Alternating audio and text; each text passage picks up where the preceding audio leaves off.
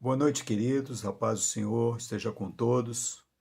Bom estar com os irmãos nessa reunião de oração. Eu queria compartilhar com os irmãos um texto muito conhecido da palavra de Deus, que está ali no livro de Salmos, é o Salmo 23, que diz assim: O Senhor é o meu pastor, e nada me faltará. Ele me faz repousar em pastos verdejantes, leva-me para junto das águas de descanso, refrigera a minha alma, guia-me pela vereda da justiça por amor do seu nome. Ainda que eu ande pelo vale da sombra e da morte, não temerei mal nenhum, porque tu estás comigo. A tua vara e o teu cajado me consolam. Preparas-me uma mesa na presença dos meus adversários. Unges minha cabeça com óleo, o meu cálice transborda. Bondade e misericórdia certamente me seguirão todos os dias da minha vida, e habitarei na casa do Senhor para todo sempre. Obrigado, Deus. Essa é a tua palavra, nos direciona, nos abençoa, fala nosso coração. Nesse tempo breve de meditação, ajuda-nos, ó Deus, a orar com mais consistência, ó Deus, conhecendo mais do Senhor, Pai. Em nome de Jesus. Oramos assim e te agradecemos. Amém. Às vezes nós ouvimos, queridos, uma pergunta assim: você sabe com quem está falando? Né? Normalmente, quem faz essa pergunta é uma pessoa que quer prevalecer sobre a outra. E se Deus perguntasse para nós: você sabe com quem você está falando? Né? Qual que seria a nossa resposta? Né?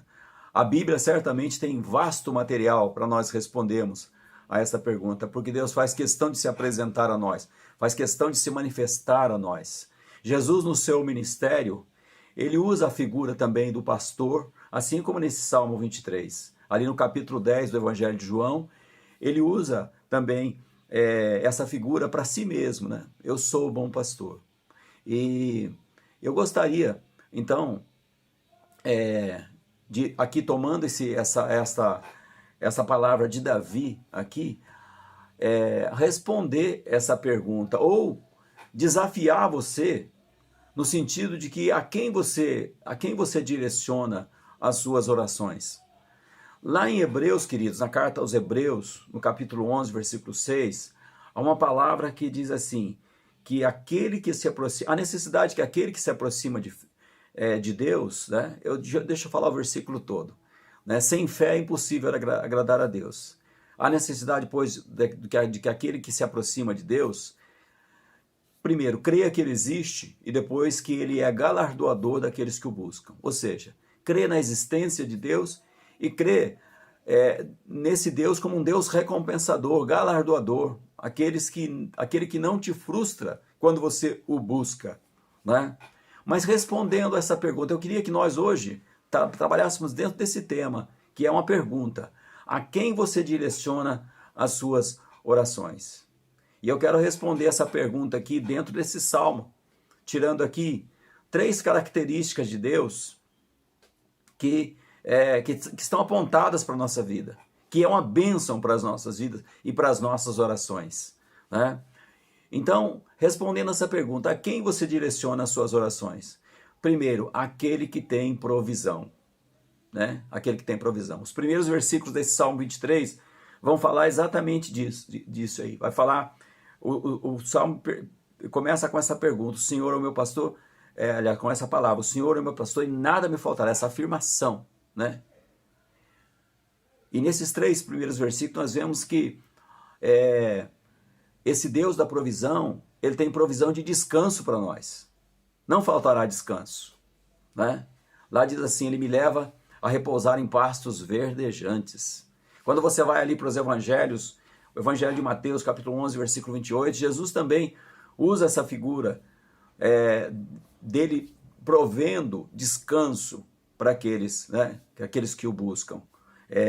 Ali diz assim, naquele texto: né? Vinde a mim todos estáis cansados, sobrecarregados, e eu vos aliviarei. O Senhor também é provedor não só de descanso, mas também de paz. Diz assim o texto aí: refrigera minha alma, de direção, guia-me. Né? Versículo 3 aí vai falar a respeito disso. Né? E ainda no versículo 3, ele tem a provisão da justiça também sobre a nossa vida. Né? Então, Se alguém perguntasse para você, a quem você direciona as suas orações? Você poderia responder com certeza, né? Que é aquele que tem provisão para você. Normalmente nós pensamos nessa questão de provisão apenas nas coisas que estão nos faltando aí, nas dificuldades, né? Nesse tempo, por exemplo, que nós estamos vivendo agora, de muita escassez, e nós vemos muitas vezes as pessoas se referindo a Deus, dizendo que o Senhor é que abre portas, o Senhor é que provê prosperidade, tudo. Mas Deus provê todas as coisas.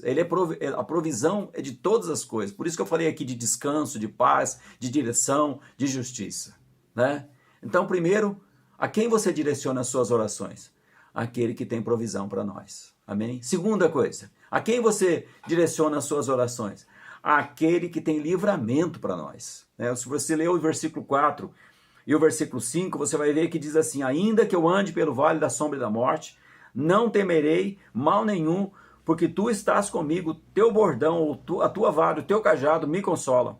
Preparas-me uma mesa na presença dos meus adversários, unges minha cabeça com óleo, o meu cálice transborda. Né? Esses dois versículos, queridos. E se você for ver aí, o livramento do Senhor fala aí de que Ele está conosco ali. Né? O livramento do Senhor acontece por causa disso, por causa dessas... Aqui, eu tenho para mim aqui 3 promessas do Senhor aqui, nesses 2 versículos, querido. Primeiro, ele diz assim, olha, ainda que eu ande pelo vale da sombra da morte, eu não temerei mal nenhum, porque tu estás comigo. Primeiro, a presença do Senhor. Isso faz toda a diferença na nossa vida, né? Tu estás comigo. Depois ele fala assim, a tua vara e o teu cajado me consolam. Eram as ferramentas que o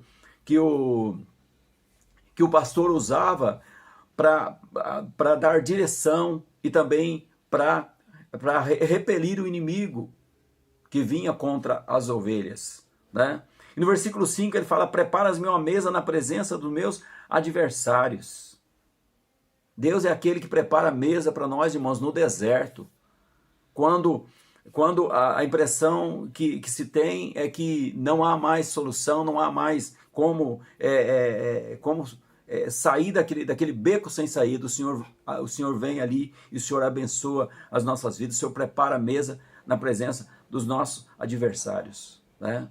E então, nosso Deus é o Deus do livramento, né? O Deus do livramento, o Deus que garante ali a sua presença, a sua proteção e a vitória. Né? A vitória. Os 2 versículos falam desses três bênçãos de Deus sobre a nossa vida: a presença dele, a proteção e a vitória dele sobre a nossa vida. E a última coisa aqui desse salmo, respondendo essa pergunta, né, a quem você direciona as suas orações, você pode responder com certeza aquele que tem a promessa da comunhão, né, da comunhão. Agora, no presente, nos tempos, nos nossos dias aqui nessa terra e também na eternidade. Por isso que o versículo 6 ele vai dizer assim: bondade e misericórdia me seguirão, certamente me seguirão, todos os dias da minha vida, e habitarei na casa do Senhor para todo sempre. Né? Para todo sempre. É comunhão, a comunhão com o Senhor, a comunhão com o Senhor, a comunhão do Senhor conosco, né? Nos nossos dias aqui na terra e na eternidade. É interessante como Jesus ilustra bem essa verdade, porque Jesus esteve 3 anos com aqueles discípulos, né, ensinando a palavra, né, ministrando essa bondade, essa misericórdia por onde ele passava. E quando terminam aqueles três anos ali, né, do ministério do Senhor, ele dá uma palavra lá no capítulo 14 de João, quando ele diz assim, que eles não ficassem com os corações pesados, porque ele iria preparar lugar para eles, para aqueles discípulos, para que onde ele estivesse, os discípulos estivessem também com ele. Então, ele teve comunhão com aqueles discípulos aqui nessa terra. Ele ministrou bondade e misericórdia aqui nessa terra. E isso tem uma continuidade na eternidade. Isso é maravilhoso, querido. Isso é maravilhoso. Quando a gente olha ali no Salmo 73, no versículo 24, lá diz assim: tu me guias com teu conselho e depois me recebes na glória. Esse Salmo 73 começa de uma forma tão negativa ali. O salmista começa de uma forma tão negativa, mas vai terminar dessa maneira estupenda, né? Quando ele diz assim que tu me guias com teu conselho e depois me recebes na glória. Mostrando assim o roteiro, o nosso roteiro, irmãos, aqui o nosso roteiro, a nossa caminhada com o Senhor. Nós precisamos do conselho do Senhor aqui na nossa caminhada, aqui nessa terra. E nós precisamos ter essa certeza também, que terminando nossa jornada aqui, nós seremos recebidos por Ele ali na glória. Então eu queria que você guardasse esses três atributos de Deus, irmãos, essas três qualidades de Deus aqui desse salmo, né? Que respondendo essa pergunta, a quem você direciona as suas orações, né? Ele é o Deus da provisão, Ele é o Deus do livramento, Ele é o Deus da comunhão, né? E como é bom a gente saber que aquele a quem nós direcionamos nossas orações, Ele tem tudo isso para a nossa vida, né? É tudo que nós precisamos, querido. Eu queria que nós orássemos agora e que nós colocássemos assim na presença de Deus, que nós pedíssemos ao Senhor que isso se torne uma realidade na nossa vida. Sabe como é que isso é uma realidade na nossa vida, queridos? É quando nós realmente nos tornamos ovelhas do Senhor. Porque o condicional aqui, essa palavra é uma palavra, né, para as ovelhas. E isso quer dizer o quê? Isso quer dizer, quando nós falamos o Senhor é o meu pastor, nós estamos dizendo para nós, eu sou ovelha do Senhor. Eu prevaleço pela provisão, pelo livramento e pela comunhão que eu tenho com o meu Deus. Isso é maravilhoso, queridos. Nesse tempo difícil que nós estamos vivendo, nessas dificuldades todas que nós estamos vivendo, como é bom a gente poder olhar para a palavra de Deus, nós podemos lembrar daquilo que o Senhor diz na sua palavra. E nós podemos, assim, como ovelhas do Senhor, até mesmo reivindicar isso de Deus, né? Reivindicar isso de Deus. Deus tem prazer em cumprir as suas promessas, tem prazer em fazer aquilo que Ele diz que ele faz, em ser aquilo que Ele diz que Ele é, né? A condição é nós sermos ovelhas do Senhor.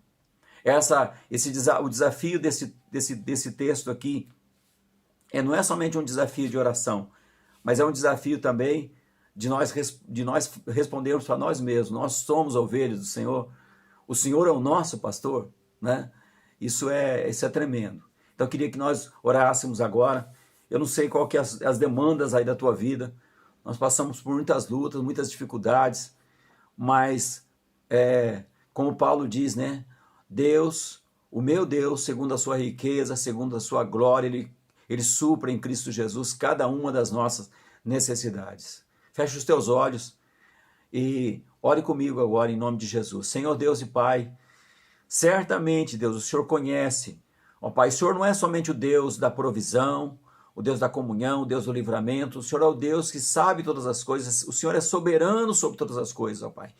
E nessa noite, ó Deus, abençoa, Deus, a cada um de nós, ó Pai, nas demandas, nas dificuldades, naquilo que nós precisamos ser abençoados pelo Senhor, ó Pai.